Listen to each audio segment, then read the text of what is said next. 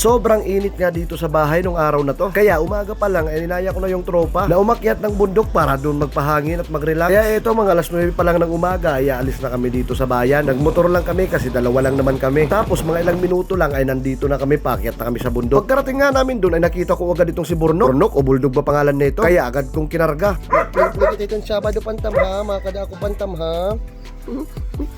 Saling hay pantam, mag-play kita Sabado mga kada ako pantam mo ha. Tapos ito naman si Whiskey, ito yata yung tatay nun ni Bulldog. Ayan, medyo magkamukha nga sila. Tapos ito nga, nagpakyat nga kaagad ng buko. Ayos to, almusal, buko, cleansing, syempre sabaw muna, abay, igup-igup. Tapos syempre, pagkatapos igupin yung sabaw, ay kakayurin na itong laman ng buko. Grabe, solid mga troops, good item. Isa ito sa napakagandang trip, hindi bad trip, kundi puro food trip. Yung kinayod ko ng buko, ay nilagyan ko lang ng condensed milk tsaka konting sabaw. Syempre, para goods na goods, higup-higup lang. Tapos habang humihigup ako ng pangalawang baso ko ng buko, ay eto na, naglalakad na kami papunta doon sa may mga talong. Syempre, pipitas na tayo ng mga mapapapa natin. Hindi pala tayo, sila lang yung nagpitas. Kasi kita nyo naman, habang sila namimitas, ako eto, higup-higup lang ng buko. Tapos pagkatapos nga namin dito sa may mga talong, ay pumunta na rin kami doon sa may mga ampalaya. Kaya tara, tayo'y mamitas ng ampalaya.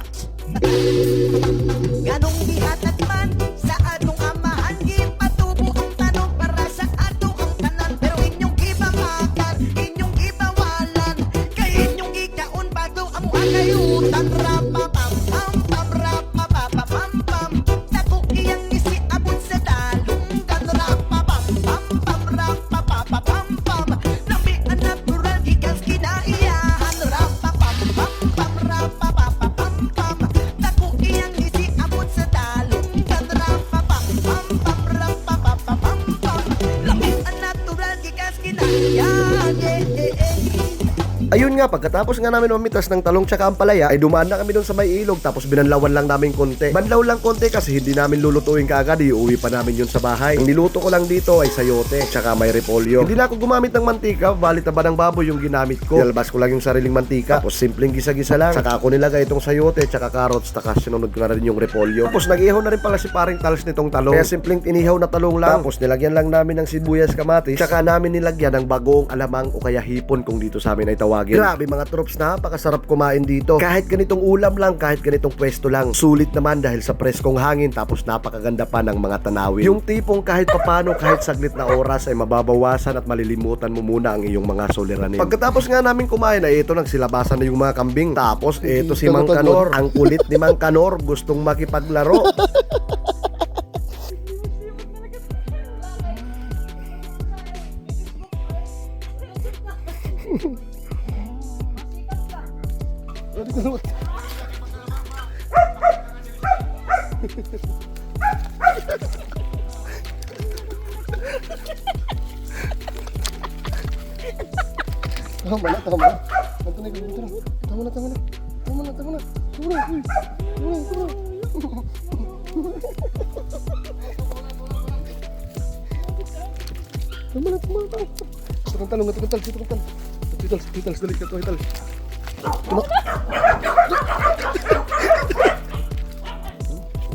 Tama na. Tama na.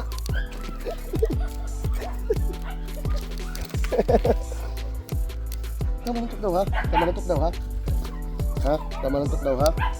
Boy, tama nantok daw.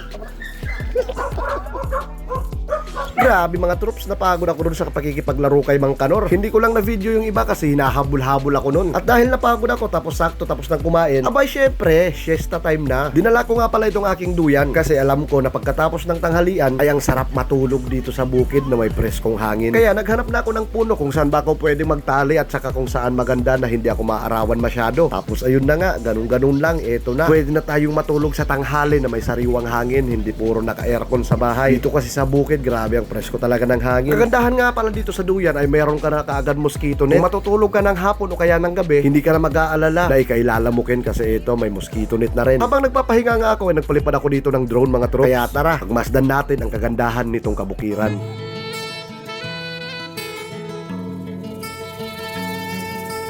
Sa kabukiran minsan kami ay namasyal, kasama ko ang aking barkada. Sa isang kubo doon kami ay lumugar, at kami masayang masaya. Pagkagising ko sa umaga'y maririnig mga ibon umawi. Himig na inaawit nila'y kahit tamis at ikaw ay maaaki. Tuwing umaga ay naglalakad-lakad kami, minamasdan ganda ng paligid. Pagsapit nitong dilim, tahimik ang paligid, mga bituin sa'yo'y nakatitig. Pagkagising mo sa umaga'y maririnig mga ibon umaawi.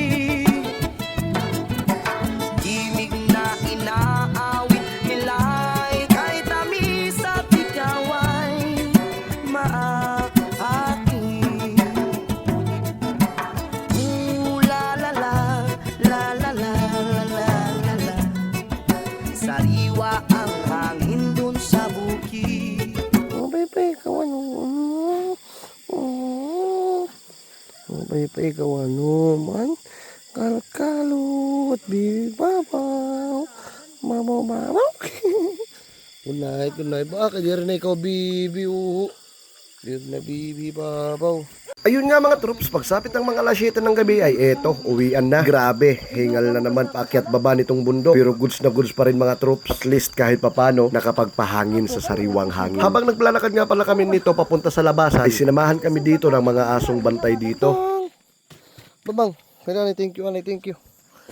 Thank you, alhin pagupod, thank you. Thank you. Cutie. Ini bugto ini rokrok. Babang, thank you. Sige na, uli na ka mo, sige na. O siya, yun lang muna. Hanggang dito lang muna mga trop. See you sa next video. Thank you, have a good one.